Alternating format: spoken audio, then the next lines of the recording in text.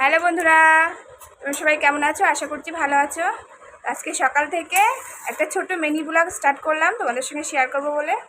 এই দেখো, সকালে ব্রেকফাস্টে আছে ডিম টোস্ট আর বাবু খাচ্ছে ম্যাগি। তো দুপুরে কী রান্না হচ্ছে সেটাও শেয়ার করছি, তোমরা দেখতে থাকো। কদিন ধরে এসিটাও খুব ডিস্টার্ব করছে, তার জন্য এসি সার্ভিসের লোক এসেছে, জল ওয়াশ করছে। এদিকে আমি রান্নাও করে নিয়েছি, চলো দেখে নাও। এখানে আছে চিংড়ি মাছ দিয়ে কচু শাক, এটা হলো কলমি শাক ভাজা, আর ওদের দুই ভাই বোনের জন্য দুটো মাছ ভাজা করেছি, মাছের পেটি, আর সাথে আছে সর্ষে দিয়ে বাটা মাছ।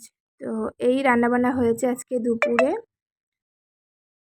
ঝড় ছেড়েছে বন্ধুরা, দেখো হাওয়া কি। জামা কাপড় তুলতে এসেছি, এখনো বৃষ্টি এসে পারিনি। হাওয়া দেখেছো আমাদের বাড়ি। বন্ধুরা একা একা হাওয়া খেতে এসেছিলাম, এদের হিংসায় সহ্য হয়নি। দেখো